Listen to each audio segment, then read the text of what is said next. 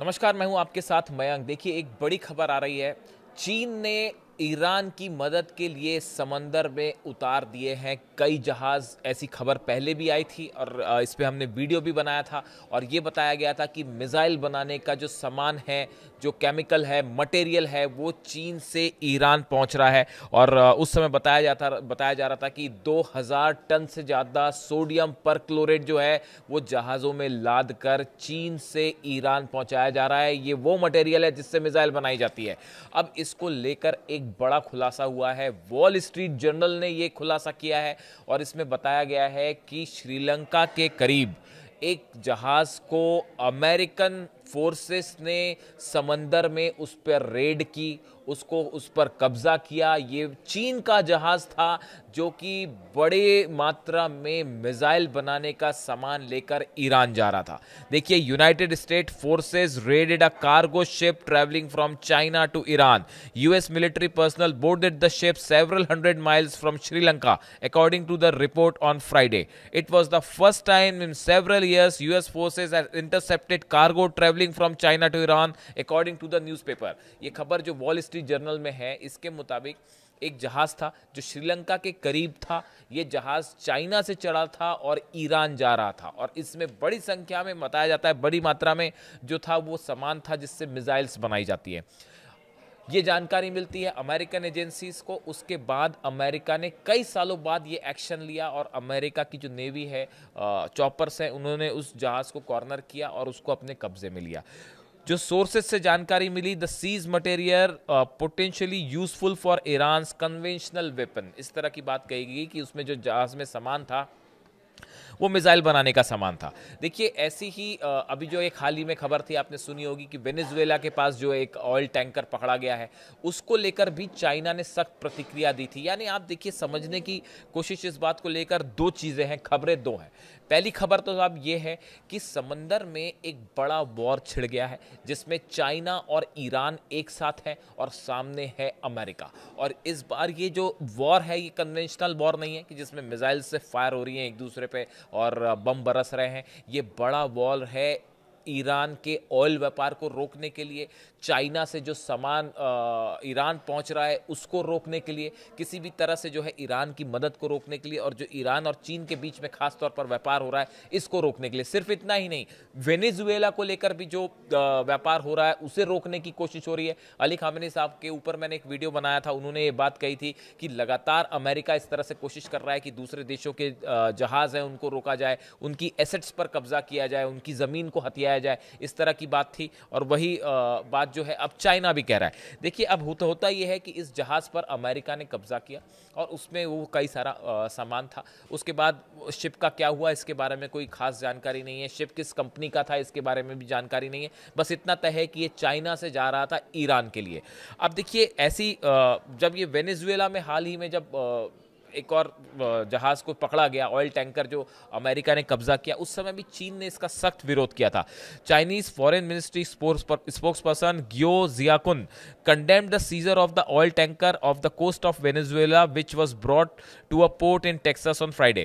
Beijing opposes unilateral illicit sanctions and long-arm jurisdictions that have no basis in international law or authorization of UN Security Council and the abuse of sanctions. देखिए, China का कहना ये था कि ये जो जिस तरह से ये अमेरिका ने जहाज़ों पर कब्जा कर रहा है, इसका कोई अधिकार अमेरिका के पास नहीं है। ना यूनाइटेड नेशंस के किसी नियम के तहत ये कब्जे हो रहे हैं, ना सिक्योरिटी काउंसिल के किसी नियम के तहत ये कब्जे हो रहे हैं। ये पूरी तरह से गैर कानूनी है, ये चीन ने कहा था।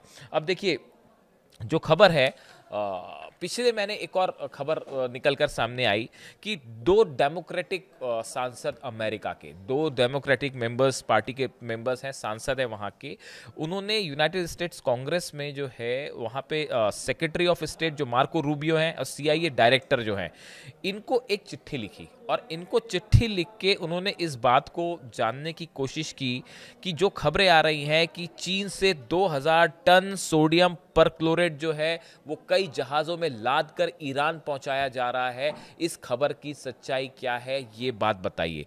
Representative Raja Krishnamoorthi and Joe Courtney sent a letter to the secretary of state Marco Rubio and CIA director John Ratcliffe calling the probe into Chinese firms' delivery of 2,000 tons of sodium perchlorate, a critical ingredient making ballistic missiles propellant to Iran since the late September in the violation of UN sanctions.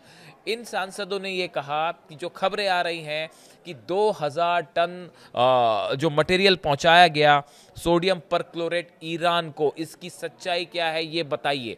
यानी इस खबर पर मुहर है। देखिए, हमने सबसे पहले ये वीडियो बनाया था कि बड़ी संख्या में चीन से जहाज पहुंच रहे हैं ईरान की तरफ जिसमें बारूद लगा हुआ है। अब ये जो सोडियम परक्लोरेट है ये सीधा सीधा इस्तेमाल नहीं होता मिसाइल बनने से, लेकिन इससे पोटेशियम परक्लोरेट बनाया जाता है और उसका इस्तेमाल होता है मिसाइल बनने में, मिसाइल का फ्यूल बनाने में। यानी ये मटेरियल जो चाइना से ईरान पहुंच रहा है, इस मटेरियल को प्यूरिफाई करके इसमें कुछ केमिकल परिवर्तन करके इसका इस्तेमाल होता है मिसाइल्स का सामान बनाने में, उसकी बारूद बनाने में। उसके लिए जो सरल शब्दों में मैं बारूद कह रहा हूं, जो मटेरियल होता है, जो सॉलिड फ्यूल होता है, उसको बनाने में इस्तेमाल होता है।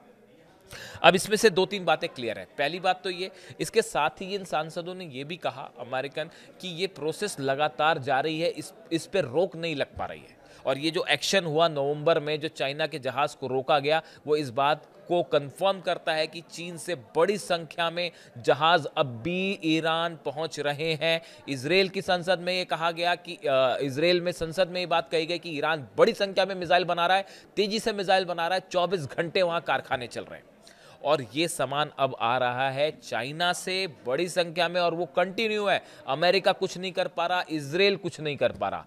और ये जो एक्शन हुआ, एक जहाज को रोका गया, ऐसे सैकड़ों जहाज है जो पहुंच रहे हैं, जो एजेंसीज की तरफ से खुफिया जानकारियां सामने आ रही है।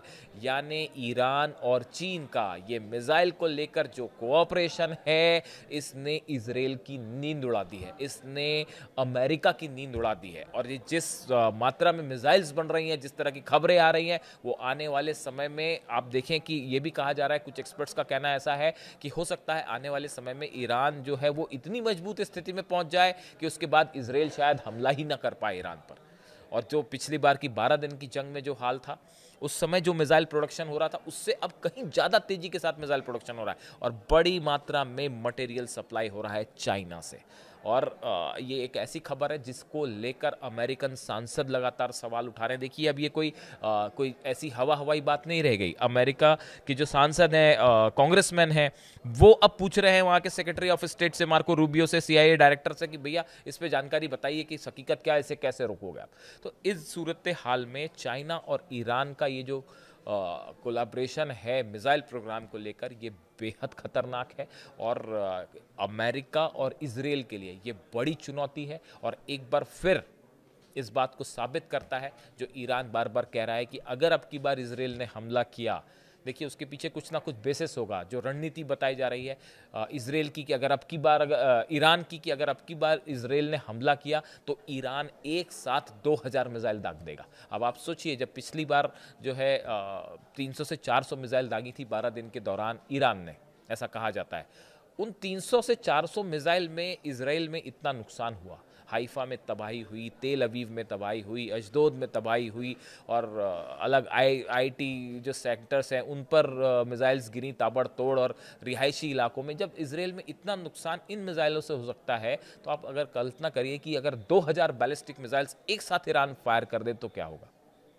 और जिस तरीके से पिछले कुछ समय में जिस स्पीड के साथ ईरान ने ICBM बनाने की बात हो, चाहे मिसाइल रेंज बढ़ाने की बात हो, मिसाइल्स में जो है AI टेक्नोलॉजी इस्तेमाल करने की बात हो, ये इस बात को बताता है कि ईरान का मिसाइल प्रोग्राम एक तेज़ी से एडवांस लेवल पर आगे बढ़ रहा है, जिसे रोकना अब अमेरिका और इजराइल के लिए एक टेढ़ी खीर है। इससे जुड़ा जो भी अपडेट होगा आप तक पहुँचाएंगे। Thank you so much.